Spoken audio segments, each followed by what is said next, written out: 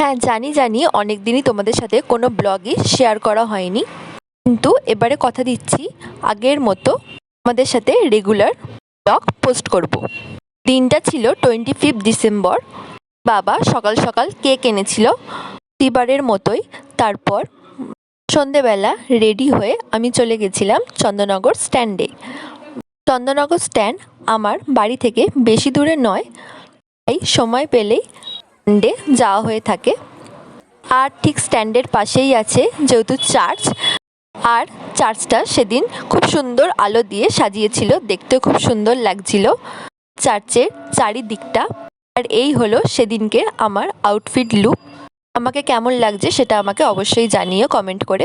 আর হ্যাঁ, তোমাদের তো বলাই হয়নি সবাইকে মেরি খ্রিসমাস। তোমরা খ্রিসমাসের দিন কে কী করলে, চার্চে গিয়েছিলে নাকি সেটাও আমাকে জানিও। তারপর স্ট্যান্ডে একটু বসে মোমো খেয়ে সন্ধেটা কাটিয়ে বাড়ি যাওয়ার পথে রওনা দিলাম। বেশ রাত হয়ে গেছিল, এটাও ভালো পড়েছিল। মানে ঠান্ডা কেমন পড়েছে?